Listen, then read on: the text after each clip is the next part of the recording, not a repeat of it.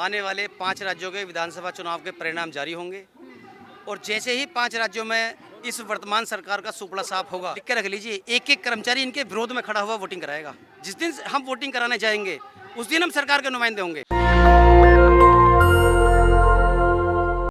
शिक्षक कर्मचारी जो हैं, शिक्षक तमाम वो अलग अलग राज्यों से एकत्रित होकर वही पुराना मुद्दा 20 साल होने को है, एनपीएस और ओपीएस की लड़ाई। सरकार तो सुनने को तैयार नहीं है, आप लोग लगातार धरना किए जा रहे हैं।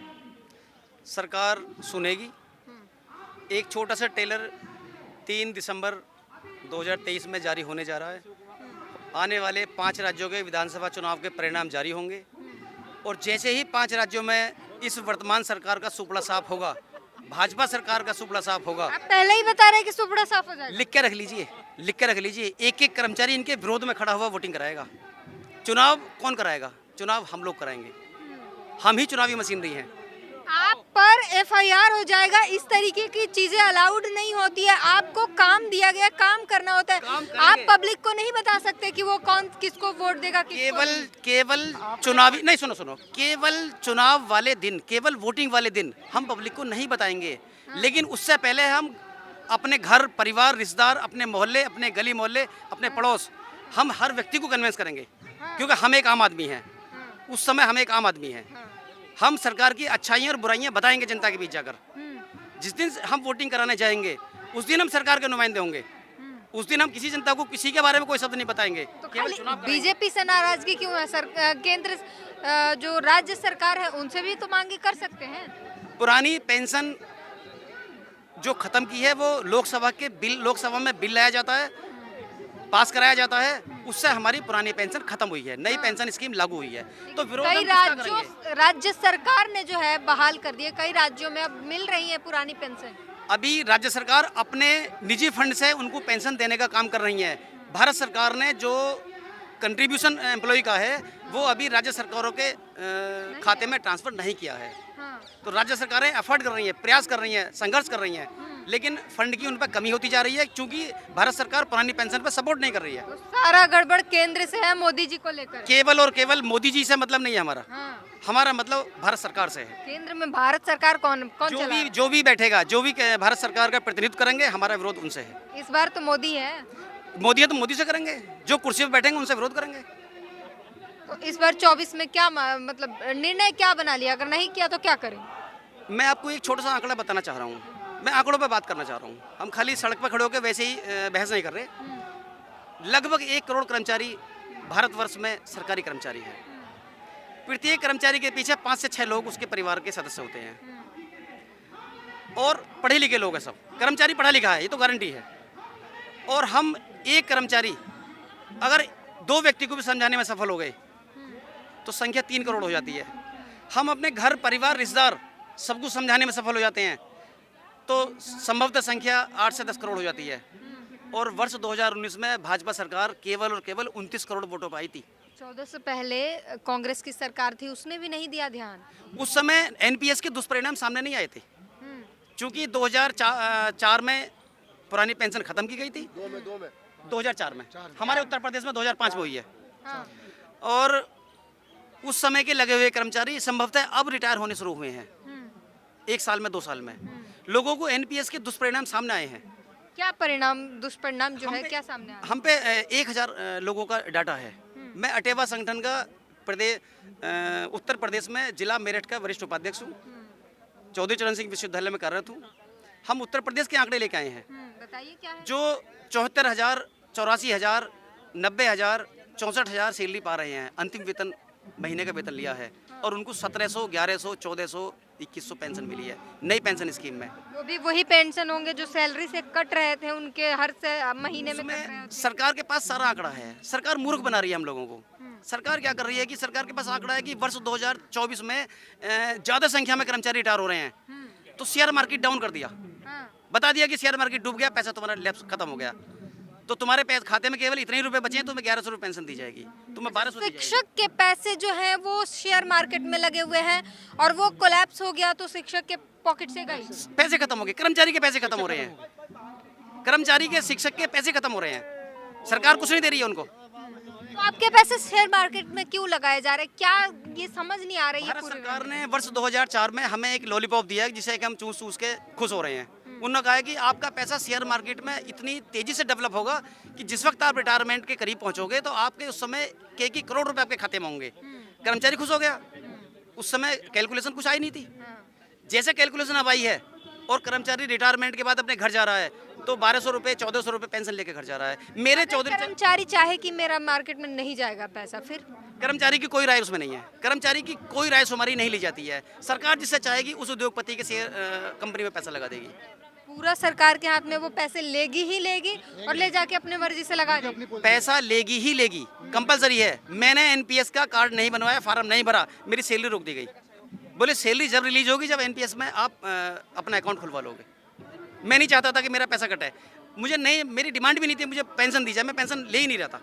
मैंने कहा हम एनपीएस में पैसे नहीं कटवाएंगे अपने, तो मेरी सैलरी रोक दी गई। बोले सैलरी जब मिलेगी जब एनपीएस में अकाउंट खुलवा लोगे अपना। आखिर सरकार सारा एक्सपेरिमेंट, ये सारी चीजें सरकारी कर्मचारियों के साथ क्यों करती है? सांसद विधायकों के साथ ये एक्सपेरिमेंट क्यों नहीं किया जाता? इसलिए नहीं किया जाता एक्सपेरिमेंट कि सांसद और विधायक आज भाजपा से छोड़ के कांग्रेस में आ गए, कांग्रेस की गवर्नमेंट बनी। आज कांग्रेस की गवर्नमेंट गिरती है तो फिर भाजपा में आ गए, सपा की बनती है फिर सपा में चले गए। वो वही चेहरे वही हैं, केवल निशान बदलता है। आज भाजपा में, कल कांग्रेस में, परसों सपा में, फिर बसपा में, फिर तृणमूल कांग्रेस में चले जाएंगे। चेहरे तो वही हैं। तो आदमी कहाँ बदल रहा है, विचारधारा कहाँ बदल रही है? आज मेरा सपा में अगर नुकसान होता है तो कल हो सकता है कि भाजपा आ जाएगी तो फिर एक दूसरे का नुकसान करेंगे। लेकिन एक दूसरे का नुकसान ये नेता नहीं करते हैं। इन्हें पता होती है कि ये सारे हमारे भाई हैं। आज वहाँ खड़े, कल वहाँ खड़े, परसों मेरे पास आ जाएंगे। तो भाई का नुकसान कौन करता है? जनता से लूटते हैं। जनता से लूटते हैं। सरकार, इनकी पॉलिसी हम लोग लागू कराते हैं। रात दिन 24 घंटे हम काम करके देश के उत्थान में अपना सर्वांगीण योगदान हमारा रहता है कर्मचारी का। ये लोग केवल पॉलिसी बनाते हैं, उसका क्रियान्वयन कौन करता है? कर्मचारी करता है। और कर्मचारी के लिए बुढ़ापे में रोटी नहीं है। दुर्भाग्य की बात है। हमारा हिंदुस्तान कभी गरीब होता था, हम दूसरे देशों से अनाज आयात करके उस पर निर्भर होते थे कभी, तब हमें सरकार पुरानी पेंशन मिलती थी। आज हमारा देश विश्वगुरु है। आर्थिक उन्नति हमारी इस कदर तेजी से ग्राफ ऊपर बढ़ता जा रहा है कि हम अमेरिका को भी छोड़ने की बात कर रहे हैं और पुरानी पेंशन देने पे हमारे देश कंगाल हो जाएगा। कैसी कोष में पैसे नहीं आ रहे हैं ना, कर्जा बढ़ता जा रहा है। भारत कोष में पैसा कहाँ से आएगा? हिंदुस्तान, भारत सरकार ने 10 उद्योगपति पाल तो रखे हैं। ये सारे कर्मचारियों से पैसा लेके उनकी कंपनियों में, उनके शेयर मार्केट में लगा दिया। एक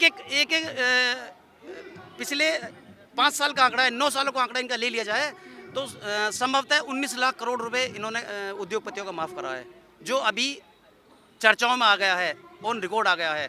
अभी ऐसा भी हो सकता है कि जो अभी ऑन रिकॉर्ड आया ही नहीं है, पब्लिक को मिल ही नहीं पाया आंकड़ा। वो एक बात बताइए, यूपी से हैं आप, यूपी में बुलडोजर बाबा की सरकार है, डर नहीं लग रहा? इतनी पोल खोलते जा रहे हैं, एक दिन आएगा सस्पेंशन लेटर और कहीं ट्रांसफर हो जाएंगे, सस्पेंड हो जाएंगे, बुलडोजर चल जाएगा। कर्मचारी संगठन की राजनीति करते हैं। अगर होठों पे ताला लगा लिया, टेप चिपका लिया, तो आने वाली पीढ़ियां गर्त में चली जाएंगी, खत्म हो जाएंगी। हम तो खत्म होंगे ही, आने वाली पीढ़ियां भी खत्म हो जाएंगी। कौन बोलेगा? जननायक जेपी बिहार के, जब तक ये हिंदुस्तान रहेगा उन्हें कोई भूल नहीं पाएगा। जननायक कर्पूरी ठाकुर बिहार के, उन्हें कोई भूल नहीं पाएगा। ये ऐसे लोग पैदा होंगे। उन्होंने बड़े संघर्ष करा है, बहुत प्रताड़ना सही है सरकारों की। हम चाहते हैं हमारे खिलाफ मुकदमा दर्ज करा दो, हम कहाँ डर रहे हैं? कराओ, कितने मुकदमा दर्ज कराओगे? 1 करोड़ कर्मचारी सबको जेलों में ठूस दो ना, हम तैयार जेल जाने के लिए। बुलडोजर चलेगा फिर? चला दो, हमारा कुछ है ही ना, हम क्या लेंगे हमसे? ये किसान के घर पैदा हुए हैं, अपने खेत में अन्न उगा के रोटी खा लेते हैं, दोबारा वापस गांव चले जाएंगे। हमारी खेती तो नहीं छीन पाएंगे। तैयार है हर तरीके से? हर तरीके से तैयार हैं हम, हर तरीके से तैयार है। पहले संगठन के पदाधिकारियों को जेल में भेजेंगे लोग, सेकंड स्टेप पे एक कर्मचारी जाने के लिए तैयार है। मैं अकेला नहीं जाऊंगा, हमारे अध्यक्ष अकेले नहीं जाएंगे, हमारे सारे कर्मचारी साथ चलने के लिए तैयार हैं। तैयार है सब लोग? सब लोग तैयार हैं, सब जेल जाएंगे। कर्मचारी एकता जिंदाबाद, जिंदाबाद, जिंदाबाद। कर्मचारी एकता जिंदाबाद, जिंदाबाद, जिंदाबाद। जोश दिख रहा है, जोश दिख रहा है। ये जेल जाने को तैयार हैं ये लोग। सरकार जो कह रही है, अभी जो रामलीला मैदान में जो आए थे 5 लाख से ज्यादा संख्या थी, वहाँ पर बिजली काट दी गई भाषण के बीच में, मैदानों में पानी भर दिए गए थे। इस तरीके की हर संभव सरकार ने कोशिश की उन्हें रोक देने की। जब उन्होंने किया उसके बाद भी सरकार के कान में जूं नहीं रहेंगी। आराम से है सरकार, उसे पता है कि वो 400 के पार ले आएंगे सीटें। हम इसी आज़ाद हिंदुस्तान में जन्म लिया है, यहीं पलकर बड़े हुए हैं, बड़ी बड़ी सरकारें झुकी हैं। हिंदुस्तान की आयरन लेडी भी लोकसभा चुनाव हारी हैं। इस जनता ने तो बहुत बड़े बड़ों को आईना दिखाया है। अब तो कहा जा रहा है ईवीएम से चुनाव हो रहे हैं, ईवीएम हैक हो जा रहा है, बीजेपी तो आ ही जाएगी। ईवीएम हैक नहीं हो रहा, हाँ। ये गलत आरोप है। गलत है। ये गलत आरोप है। ईवीएम हैक नहीं हो रहा है, गलत आरोप है। हाँ। हम भी सरकारी कर्मचारी चुनाव कराते हैं, ईवीएम हैक नहीं होता, ये तो- गलत आरोप है। हाँ। लेकिन ईवीएम हम हैं, हम ईवीएम में जो खड़े हैं, ईवीएम हम भरेंगे। 1 करोड़ वोटर के रूप में तो हम लोग आएंगे, हमारी वोट तो ली जाएगी। हम कर्मचारी हैं, सरकार की नीतियों का पालन करेंगे, लेकिन वोटर तो हम भी हैं। वोट तो हम देने का अधिकार हमारा भी है, या सरकार तो छीन लेगी? वो 1 करोड़ वोट तो हम लोग अपने उनके खिलाफ करेंगे। 4 लोग, मेरे बेटा बेटी, मेरी आपका पत्नी, मेरे विकल्प माँ बाप, वो मेरे कहने से वोट करेंगे। अगर 5 लोग वो जुड़ गए मुझसे तो 6 करोड़ वोट हो गई। 6 करोड़ वोटों पर सरकार बन जाएगी हिंदुस्तान की। विकल्प कौन होगा इसके बाद? जो भी आएगा। क्या हिंदुस्तान खत्म हो जाएगा अगर मोदी जी नहीं रहेंगे? हिंदुस्तान की राजनीति खत्म हो जाएगी? ये कैसा कैसा भ्रम फैलाया है आम जनता में। अब से पहले कोई प्रधानमंत्री नहीं बने। किसान का बेटा प्रधानमंत्री बन सकता, क्यों नहीं बनेगा? वो सबसे ज्यादा बेटा सामने आता कहाँ है प्रधानमंत्री बनने के लिए? क्यों नहीं आएगा? क्यों नहीं आएगा? आता कहाँ है? कौन है बताइए, कौन आया हुआ है सामने? हमारे विश्वनाथ प्रताप सिंह आए, चौधरी चरण सिंह जी आए, हमारे विश्वनाथ प्रताप सिंह जी आए हैं। किसान के बेटा नहीं थे वो। और मोदी जी स्वयं अपने इसी अभी की पूछ रही हूँ, अभी कौन आ रहा है आगे? अभी मोदी राहुल के अलावा कौन है? मैं बता रहा हूँ, राहुल में ही क्या कमी है? आपने राहुल का नाम लिया तो मैं आपसे पूछ रहा हूँ, राहुल जी में क्या कमी है? कांग्रेस की सरकार तो कांग्रेस की सरकार में कहाँ हुई? आ जाएगी, अब आ जाएगी, 2024 आ जाएगी। अगर इनका यही रवैया रहा, किसानों को बेमौत मारा जा रहा है, आम मजदूर को बेमौत मारा जा रहा है, रोजगार छीन लिए गए हैं, युवा वर्ग हमारा बेरोजगार हो गया। जो कर्मचारी पढ़ लिख के कंपटीशन बीट करके नौकरी पा गए हैं, उनकी नौकरी खत्म करी जा रही है। 50 साल उम्र होते ही उनको वीआरएस दिया जा रहा है जबरदस्ती। उत्तर प्रदेश में नोटिफिकेशन जारी हो चुका है। ये पाल किसे रहे हैं? केवल चुने हुए 10 उद्योगपति इस हिंदुस्तान को वो चलाएंगे? ये डेमोक्रेसी है। एक निजी सवाल पूछ रही हूँ, टीका लगाए हुए देख के लग रहा है कि ब्राह्मण है, और कहा जा रहा है कि रुक जाओ। ब्राह्मण समाज जो है वो बीजेपी के साथ है। मैं बता दूं, हमारी कर्मचारियों की एक जाति है कि हम कर्मचारी हैं। हमें आप, ये भाजपा सरकार यही काम कर रही है कि हमें भी जातियों में बांट रही है। हम एक कर्मचारी, केवल हमारी एक जाति है कर्मचारी, और हम कर्मचारी हैं, कर्मचारी के साथ हैं, कर्मचारी रहेंगे। कुछ नहीं है, हम सब एक कर्मचारी हैं, कर्मचारी के अलावा कोई नहीं है। सिर्फ आप हमारा संदेश सरकार तक पहुंचाओ कि हमारी केवल एक जाति होती है कि हम कर्मचारी हैं, कोई जाति हमारी इसके अलावा दूसरी नहीं है। सरकार तो लगातार जातियों में बांट रही है, हिंदू मुसलमान में बांट रही है। अब हम नहीं बटेंगे। हमारे नफीस भाई कहाँ गए? नफीस भाई मुस्लिम है और हमारे साथ हैं। ये जान दे देंगे, गर्दन कटवा देंगे अपनी। ये कर्मचारी हैं, हमारे साथ है। ये कर्मचारी हैं। ये नफीस बाद में है, पहले कर्मचारी हैं। हमारे नदीम आलम, ये नदीम आलम बाद में, पहले कर्मचारी हैं। सर्वोत्तम सर्वाजी शर्मा बाद में, पहले हमारे कर्मचारी हैं। संजय ठाकुर बाद में, पहले कर्मचारी है। हमारी एक जाति है कर्मचारी।